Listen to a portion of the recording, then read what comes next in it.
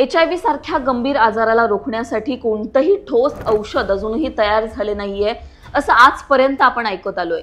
पण आता HIVच्या उपचारासाठी गेम चेंजर अशा वॅक्सिनला WHO ने मंजुरी दिली आहे। HIVच्या उपचारासाठी एक मोठं वरदानच हे औषध ठरणार आहे। 14 जुलैला पूर्व आफ्रिकेत रवांडामधील किगाली इथे आयोजित 13व्या आंतरराष्ट्रीय एड्स सोसायटी संमेलनात लेना कापावीरच्या मंजुरीची घोषणा WHO ने केली आहे।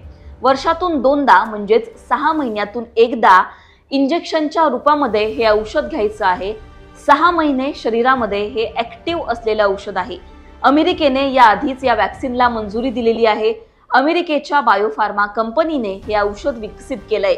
HIV निगेटिव्ह व्यक्ती हे इंजेक्शन घेऊ शकता। HIV संसर्ग होण्याचा धोका असलेल्यांसाठीच हे औषध प्रभावी ठरणार आहे।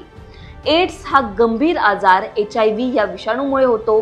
संयुक्त राष्ट्रांच्या आकडेवारीनुसार जगभरात सुमारे 4 कोटी लोक HIV संक्रमित आहेत, ज्यामध्ये 90 लाखांपेक्षा अधिक लोकांना यावर योग्य उपचार मिळत नाहीत। भारतात 23 लाखांहून अधिक लोक HIV संक्रमित आहेत।